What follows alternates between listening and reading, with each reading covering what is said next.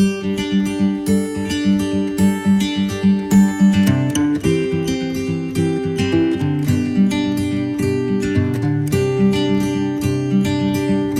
हम लोग last lecture में पढ़े थे, फंक्शन ग्रुप पढ़ रहे थे।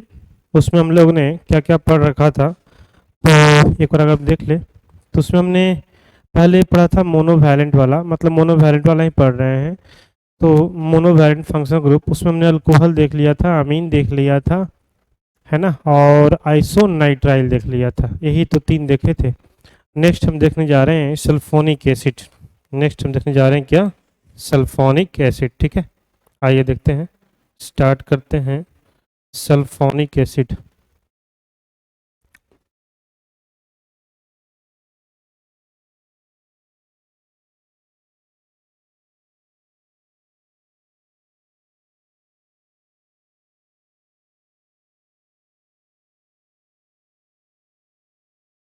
ये आपका क्या है, सल्फोनिक एसिड। तो इस केस में अगर हम डालें कि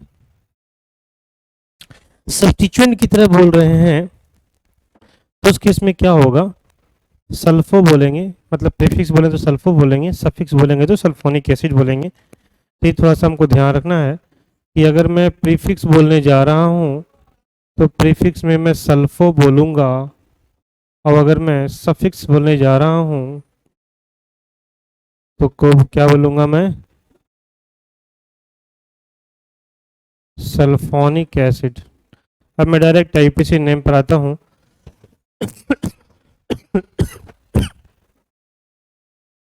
तो वही सब रहेंगे जैसे हम लोग पहले देख चुके हैं, सारा रूल्स वगैरह वही रहेंगे, है ना।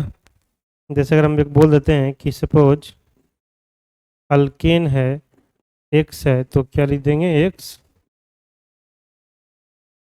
Sulphonic acid.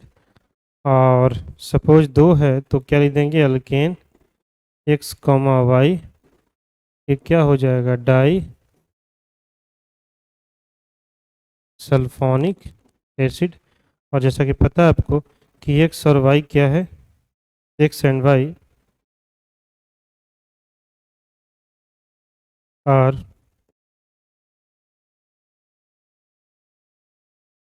Position of SO3H group, SO3H group. जैसे अगर हम बातें कर लें, सपोज पहले सिंपल लेते हैं, C3CH2 और ये मेरा है SO3,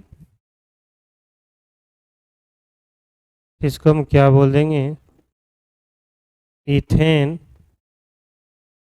और ये क्या हो जाएगा, सल्फोनिक एसिड, है ना। तो सारा रूल्स वही है, रूल्स में कोई खास चेंजेस नहीं है, वही सब जाएगा। जैसे अगर हम सेकंड बोल देते हैं,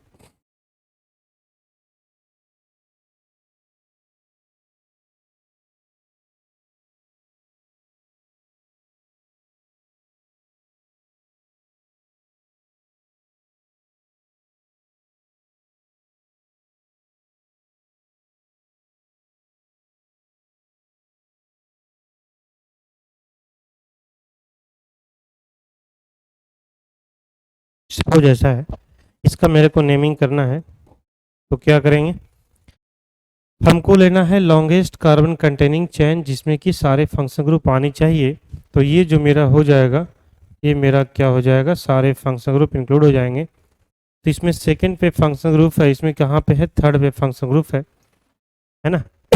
तो नंबरिंग हम कहाँ से स्टार्ट करेंगे, नंबरिंग यहाँ से स्टार्ट करेंगे। ये हो गया 1 2 3 4 5 6, और एक क्या हो जाएगा, 7।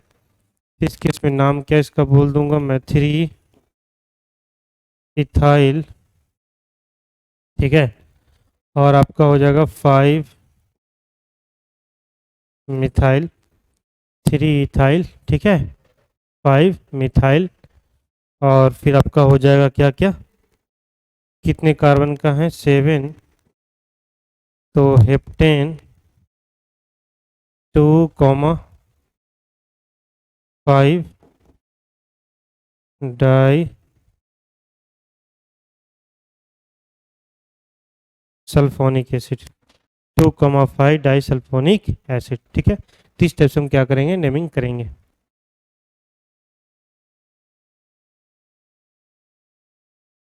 जी चलिए एक और एग्जाम्पल ले लेते हैं।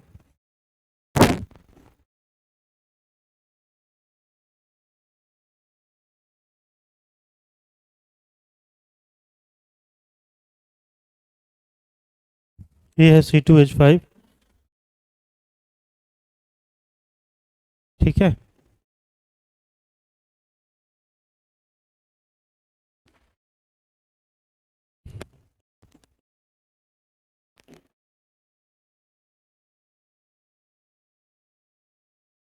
सपोज ऐसा है, तो क्या करेंगे, इसको लॉन्गेस्ट कार्बन कंटेनिंग चेन ले लेंगे। मिल गया। अब इसका अगर नंबरिंग करने जाएं तो क्या देख पा रहे हैं, 1 2 3 4, 1 2 3 4, मतलब कि फंक्शनल ग्रुप डिसाइड नहीं कर पा रहा है। तो हम कहाँ जाएंगे, सब्स्टिट्यूएंट के पास जाएंगे। ए ही डिसाइड नहीं कर पाया तो फिर हम कहाँ जाएंगे, अल्फ़ा बेटिकली जाएंगे। अल्फ़ा बेटिकली जाएंगे, तब क्या हो जाएगा, हम इसका नंबरिंग यहाँ से कर पाएंगे। ये हो जाएगा 3 4 5 6 और एक क्या हो गया आपका 7। हम बोल सकते हैं कि 3 इथाइल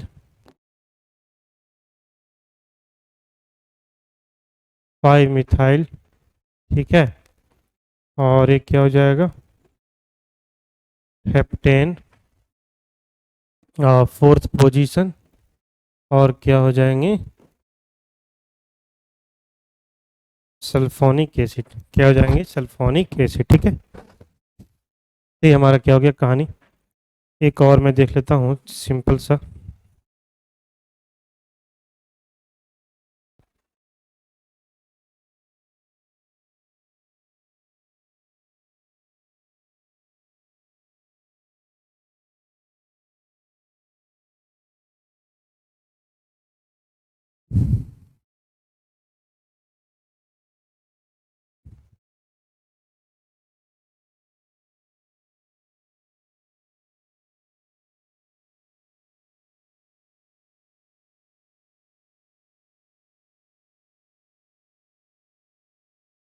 सपोज ऐसा है, इसका मेरे को क्या करना है, नेमिंग करना है। तो पहले तो हम क्या लेंगे, लॉन्गेस्ट कार्बन कंटेनिंग चेन जिसमें क्या हो, सारे फंक्शनल ग्रुप बैठे हुए हों। सारे क्या हो, फंक्शनल ग्रुप बैठे हुए हों। तो ये मेरा हो जाएगा क्या, लॉन्गेस्ट कार्बन कंटेनिंग चेन। ये क्या हो जाएगा मेरा, लॉन्गेस्ट कार्बन कंटेनिंग चेन। ठीक है,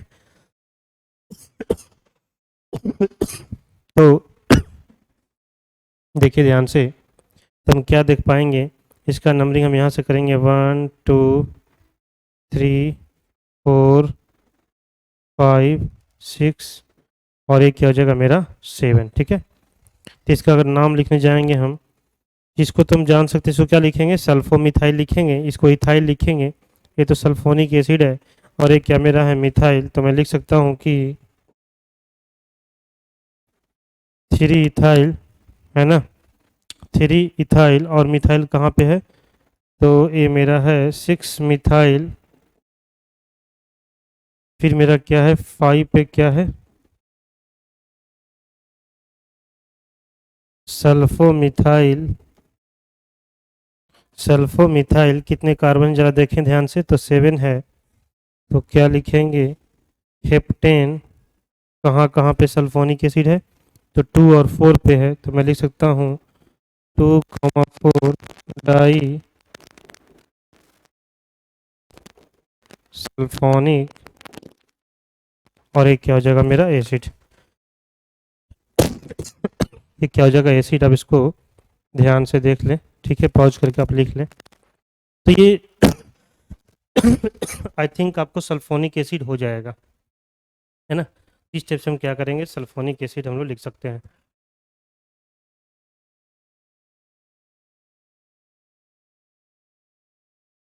ठीक है, चलिए आगे चलते हैं। नेक्स्ट हम चलते हैं थायोल की तरफ। थायोल, थायोल क्या होता है, एसएच होता है। इसमें अगर ध्यान रखिएगा आप, अगर इसको हम सफिक्स लिखें तो क्या बोलेंगे, थायोल। अगर इसका हम प्रीफिक्स लिखें तो क्या बोलेंगे, मरकेप्टा। ये सब बाद में पढ़ेंगे फिर अच्छे से। इसको क्या बोलेंगे, मरकेप्टा। ठीक है, चलिए आइए। तो बाकी सब रूल्स वही रहेंगे, जैसे अल्केन है तो एक्स क्या हो जाएगा, thiol. Alkane X comma Y तो क्या हो जाएगा, डाईथायोल। ठीक है।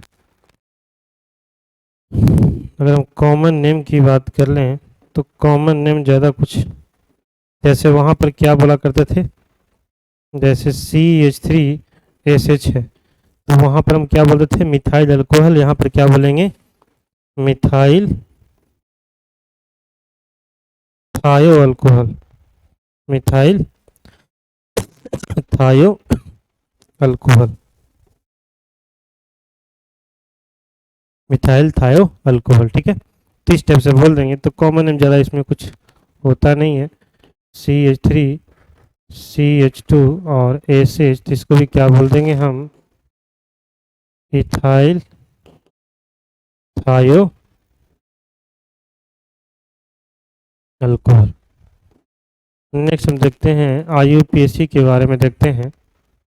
IUPAC के बारे में देखते हैं तो क्या होगा, जैसे हम बोल दिए कि CH3SH है तो इसका नाम क्या हो जाएगा, ये हो जाता है आपका मीथेन। और इसमें कोई पोजीशन नहीं है तो हम डायरेक्ट क्या बोल देंगे, थायोल। क्या बोल देंगे, थायोल। अगर सपोज CH3CH2SH है तो क्या बोल देंगे, इथेन थायोल। क्या बोल देंगे, इथेन थायोल। ठीक है। नेक्स्ट अगर हम बातें कर लें, थोड़ा सा बड़ा क्वेश्चन लेते हैं। जैसे अगर हम बोल दें यहाँ पर SH है, ये आपका CH3 है, ये आपका CH3 है, ये क्या है, C2H5। तो हम क्या करेंगे, नंबरिंग कहाँ से करेंगे जरा बताइए।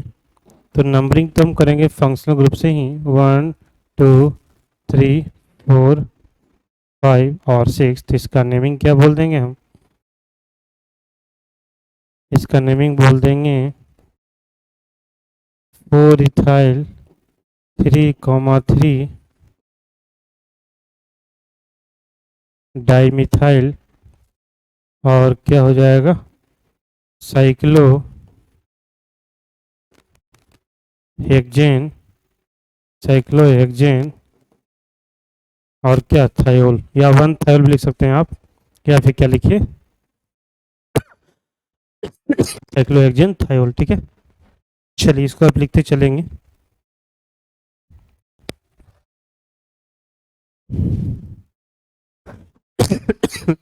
जैसे क्वेश्चन लेते हैं और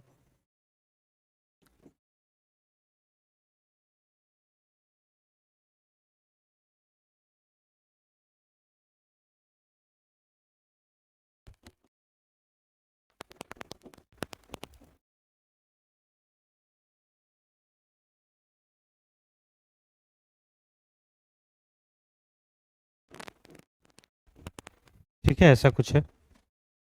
इसको हम क्या करेंगे, पहले लॉन्गेस्ट कार्बन कंटेनिंग चेन ले लेंगे। तो ये हो जाएगा क्या, मेरा लॉन्गेस्ट कार्बन कंटेनिंग चेन। और इस फंक्शनल ग्रुप क्या चाहिए, मेरे लोअर पोजीशन, तीसरा से लोअर मिलेगा। तो 1 2 3 4 5 6 और क्या हो जाएगा, 7। इसका अगर नेमिंग करें हम तो क्या बोल देंगे, 4 इथाइल, क्या बोल देंगे, 4 इथाइल और 5 मिथाइल। ठीक है, 5 मिथाइल और कितना हो जाएगा आपका, हेप्टेन। कहाँ कहाँ पे हैं, तो 2,3 डाई थायोल। 2,3 क्या, डाई थायोल। ठीक है। ये बातें आपको समझ में आ रही होगी। अगर सपोज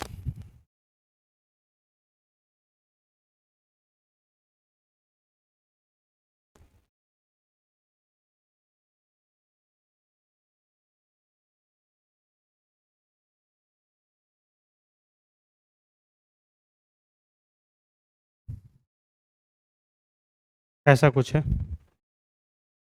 ठीक है।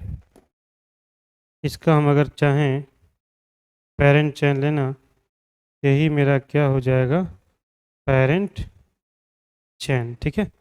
और लोवेस्ट किसको देना है मेरे को, फंक्शनल ग्रुप को, तो यहाँ से नंबरिंग करना पड़ेगा 1 2 3 4 5 और एक क्या हो जाएगा मेरा 6। या हम बोल सकते हैं 4 इथाइल और एक क्या हो जाएगा आपका 5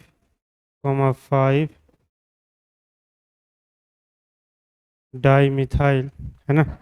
कितने कार्बन का है, 6। तो क्या बोलेंगे, हेक्सेन। और ये हो जाएगा आपका 2 पे क्या है,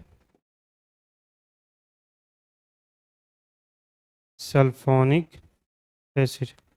2 पे क्या है, सल्फोनिक एसिड, ठीक है। तो ये हो जाएगा आपका, यहाँ तक आपको सबको क्लियर हो रहा होगा, ठीक है। नेक्स्ट देखते हैं, अगर थर्ड,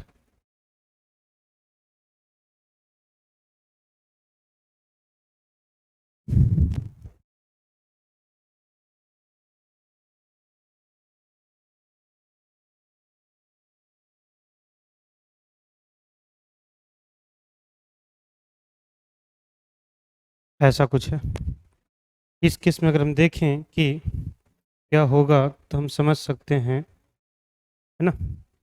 नंबरिंग कहाँ से स्टार्ट होगा, 5 से स्टार्ट होने वाला है, ठीक है।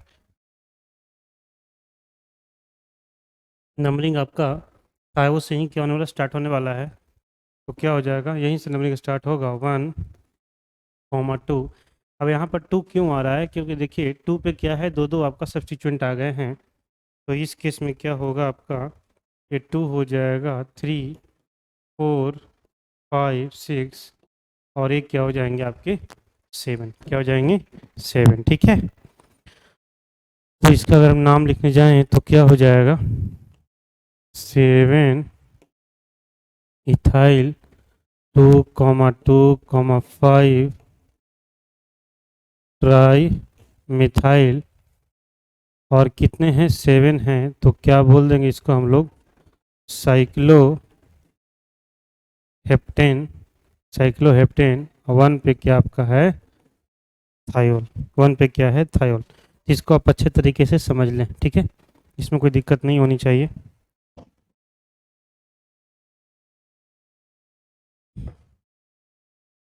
अब देखते हैं, आगे चलते हैं हम लोग। तो हमने क्या किया, सल्फोनिक एसिड और थायोल के बारे में देखा। अब जरा हम देखते हैं नाइट्रो और आपका हेलोजन के बारे में, ठीक है। नेक्स्ट आपका है नाइट्रो ग्रुप एंड क्या आपका हेलोजन ग्रुप। तो ये जो है ना ये जो है ना, ये हम लोग इसको हम लोग क्या करते हैं, सब्स्टिट्यूएंट की तरह ही ट्रीट करते हैं। ये दोनों को क्या करते हैं, सब्स्टिट्यूएंट की तरह ही क्या करते हैं, इसको ट्रीट करने वाले हैं हम लोग। इस पर हम लोग कोई नेमिंग बेस नेम नहीं लिखने वाले हैं, बेस नेम नहीं लिखने वाले हैं। तो इसके लिए रूल्स क्या हो जाएगा, कि पहली बात, फर्स्ट पॉइंट हम तो ये बोल देंगे कि nitro and halide groups are treated as alkyl substituent. Alkyl substituents NO2 and X are treated as क्या आपका, alkyl substituents only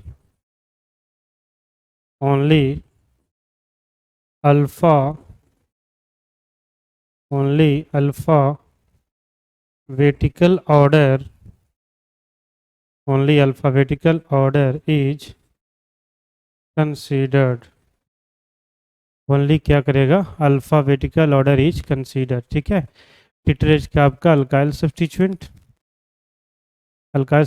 है ना, NO2 और X are treated as alkyl substituent only alphabetical order is consider. तो क्या होगा, सिर्फ आपका अल्फ़ाबेटिकल ऑर्डर क्या करेगा, कंसीडर कर जाएगा। एंड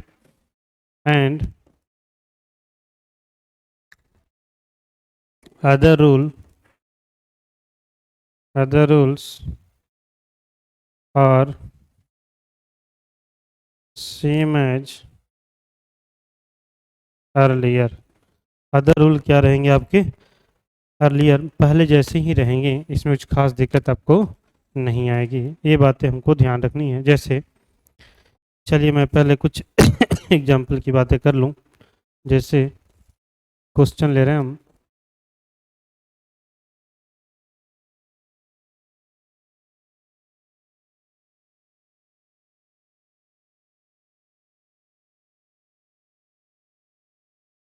सपोज इसका मेरे को क्या करना है, नेमिंग करना है। हम क्या करेंगे, जैसे लिया करते थे स्टेट चेन वैसे ही लेंगे। इसमें इसका कुछ करना ही नहीं है। ये कैसे ट्रीट करेंगे, सब्स्टिट्यूएंट की तरह, बस अल्फ़ाबेटिकल ऑर्डर हम लोग देख लेंगे। तो अगर देखें तो यहाँ से सब्स्टिट्यूएंट आ गया, तो 1 2, ये क्या हो गया 3 4, और एक क्या हो गया 5। तो ये सी से क्लोरो होता है, तो इसको मैं बोल सकता हूँ कि 2 क्लोरो,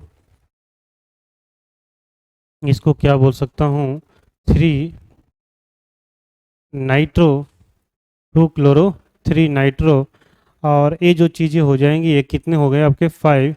तो क्या कर देना है पेंटेन, क्या कर देना है पेंटेन। अब देख सकते हैं कितना आसान हो गया ये। इसमें कुछ करना ही नहीं है। नाइट्रो और आपका हाइड्रोजन होता है तो कुछ करना ही नहीं है आपको, है ठीक है। जैसे सेकंड क्वेश्चन में देखता हूँ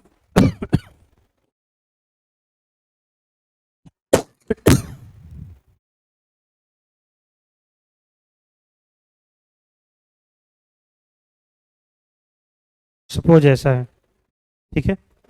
तो इस केस में हमको क्या करना है कि कौन सा आपका क्या रहा होगा, ज़्यादा सब्स्टिट्यूएंट कहाँ पे रहा होगा, ठीक है। तो देखिए सब्स्टिट्यूएंट की बात कीजिए,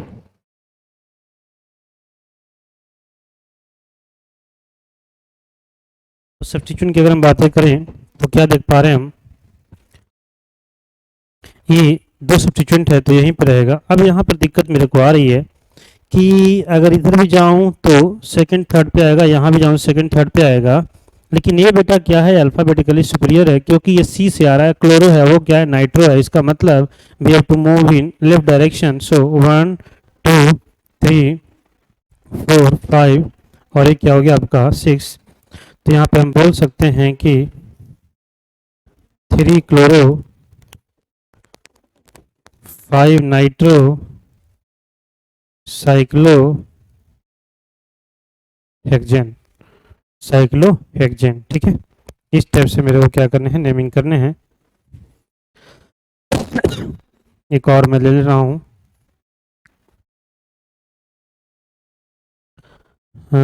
यहाँ पर मैं ले लेता हूँ CH3, यहाँ पर मैं ले लेता हूँ C2H5, यहाँ मैं ले लेता हूँ NO2। सपोज ऐसा है। तो अब बताइए कि हम नंबरिंग कहाँ से करेंगे, तो नेमिंग कहाँ से करेंगे ये मेरे को बताना है। तो नेमिंग करने के लिए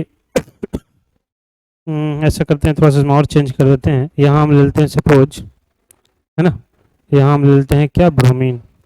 चलिए और इंटरेस्टिंग हो गया। अब देखिए तो इस केस में इसके बीच में सबसे कम कार्बन है। यहाँ कितना है 1 कार्बन, यहाँ 1, यहाँ 1 कार्बन, सब बीच में 1 कार्बन है। तो ये तो बात फिक्स हो गया कि चाहे तो मैं यहाँ से स्टार्ट करूँ, नहीं तो यहाँ से स्टार्ट करूँ। तो अगर मैं यहाँ से स्टार्ट करता हूँ तो क्या हो रहा है, एक कार्बन के बाद आ रहा है, यहाँ भी करता हूँ तो एक कार्बन के बाद आ रहा है सब्स्टिट्यूएंट। तो अब इस केस में धर्म संकट है। तो धर्म संकट से निकलने का तरीका क्या है कि हम देख सकते हैं कि अल्फ़ाबेटिकली कौन सुपीरियर रहा होगा, क्योंकि सब के सब क्या हैं अल्टरनेट पोजीशन पे ही हैं। अगर ध्यान से देखें तो सब के सब क्या हैं अल्टरनेट पोजीशन पे हैं। तो ये तो मेरे को फिक्स है कि मिथाइल या इथाइल से ही नंबरिंग होने वाला है। तो इस केस में मेरे को फिर सोचना पड़ेगा कि क्या होगा, क्योंकि अगर इधर में आता तो क्या आता है ब्रोमीन, यहाँ से तो क्या आएगा नाइट्रो आएगा। हाँ तो ये किस केस में हमको अल्फ़ाबेटिकल सुपीरियर लेना पड़ेगा। तो ये सुपीरियर हो गया मेरा 1 2 3 4 5 6 और क्या 7। बाकी आप अल्फ़ाबेटिकली सबको अरेंज कीजिए। तो ये क्या हो जाएगा 4 ब्रोमो, ठीक है, और 1 इथाइल, 1 इथाइल, और क्या हो जाएगा बताइए जरा, ये हो जाएगा 2 मिथाइल और 6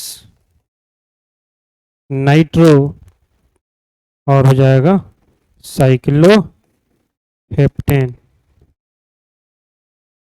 क्या हो जाएगा? साइक्लोहेप्टेन। ये बातें आपको समझ में आ रही होगी, ठीक है, ज़्यादा कुछ इसमें है नहीं। चलिए मैं आगे चलता हूँ। नेक्स्ट हम देखना चाहें, एक और मैं क्वेश्चन देखता हूँ।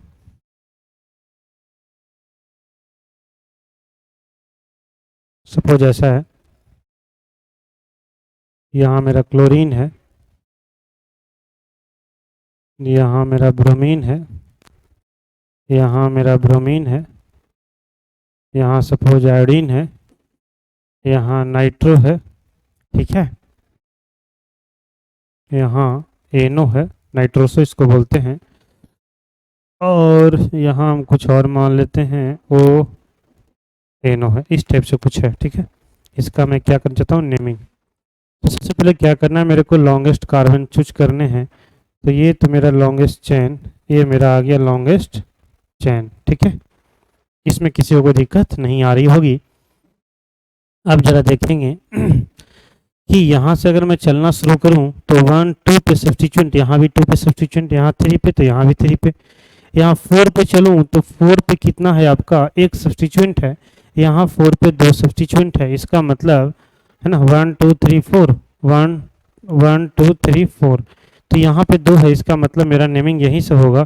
तो 1 2 3 4 5 6 7 और एक क्या हो जाएगा मेरा? 8। अब देखिए जरा, वो क्या है? इथाइल है। वो क्या है? मेरा इथाइल है। तो पहले अल्फ़ाबेटिकली सुपीरियर की बातें हम करेंगे, तो सबसे पहले अल्फ़ाबेटिकली सुपीरियर मेरा बी होना चाहिए, A B C D E, है ना।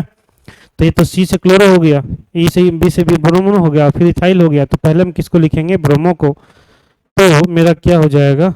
7 ब्रोमो। ये तो मेरी बात समझ में आती है।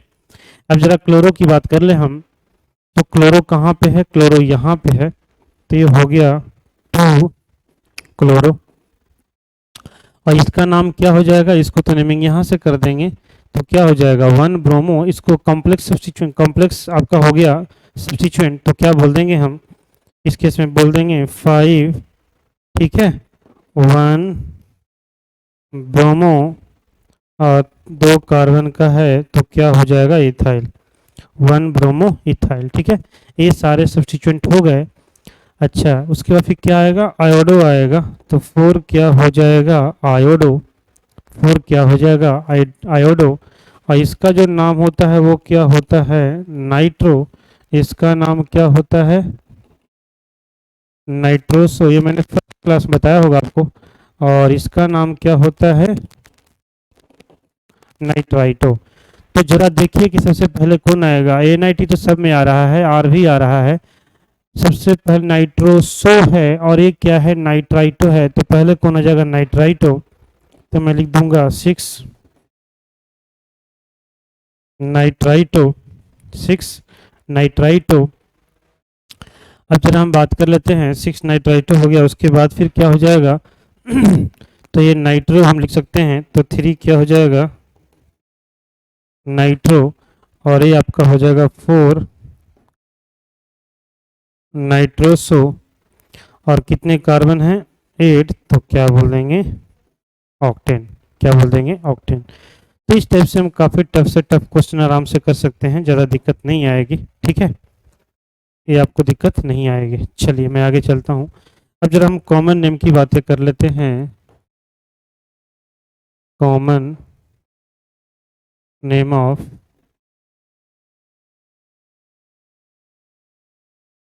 कॉमन नेम जैसे मान लिया जाए कि मेरे पास CH3Cl है। CH3 क्या है? Cl है, तो इसको क्या नाम देंगे बताइए जरा? IPAC नेम तो काफ़ी आसान हो जाएगा, क्लोरोमीथेन हो जाएगा, लेकिन इस केस में क्या बोलेंगे? दोनों को अलग अलग कर देंगे, तो ये क्या हो जाएगा? Methyl chloride. क्या हो जाएगा? Methyl chloride. और ये अगर हो जाएगा CH3CH2Br, तो क्या हो जाएगा? ये इथाइल ब्रोमाइड, ठीक है। और इसी टाइप से अगर मैं बोल दूं कि CHCl2 तो इसका क्या हो जाएगा, डाई, इसका क्या हो जाएगा मेरा, methyl di chloride, methyl di chloride. ये क्या हो गया, मिथाइल अलग कर दो और क्लोराइड को कर दो, अलग कर दो, तो कितना हो जाएगा, डाई क्लोराइड। ठीक है, नेक्स्ट अगर हम बातें कर लें, अगर हम इसको बोल दें कि CHCl3 है तो इसका कॉमन नेम, तो क्या हो जाएगा इसका कॉमन नेम, पहले आप मिथाइल को अलग कर लो और ये क्या हो जाएगा, ट्राई क्लोराइड। अगर हम बोल दें इसको कि CH3CH CH3I तो ये क्या हो जाएगा, ये हो जाएगा आइसो प्रोपाइल, और आइसोप्रोपाइल, और क्या हो जाएगा, आयोडाइड। अगर हम बोल दें कि CH3 और CH2 और CH3 तो इसको हम क्या लिख सकते हैं, सेकेंडरी ब्यूटाइल, तो ये क्या हो जाएगा, सेकेंडरी ब्यूटाइल, और ये क्या हो जाएगा मेरा, ब्रोमाइड, ये क्या हो जाएगा, ब्रोमाइड। वैसे ही अगर हम बोलें कि ये मेरे पास CH3CH3CH2Cl ऐसा कुछ है, तो इसका नाम क्या बोल देंगे, आइसो ब्यूटाइल और क्या, क्लोराइड, आइसोब्यूटाइल क्लोराइड। अगर वैसे हम बोल दें कि ये मेरे पास CH3 और ये Br है, तो इसका नाम क्या हो जाएगा, टर्सरी है, और क्या ब्यूटाइल है, और क्या हो जाएगा आपका, ब्रोमाइड, टर्सरी ब्यूटाइल ब्रोमाइड। ठीक है, अगर हम और देखना चाहें है ना,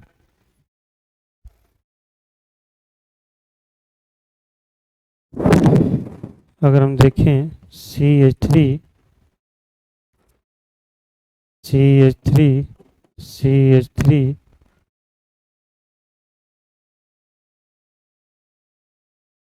अगर ये CH2 और Cl है तो इसको क्या बोलेंगे, नियो पेंटाइल, क्या बोल देंगे, नियो पेंटाइल, है ना, और ये क्या हो जाएगा, क्लोराइड, नियो पेंटाइल क्लोराइड।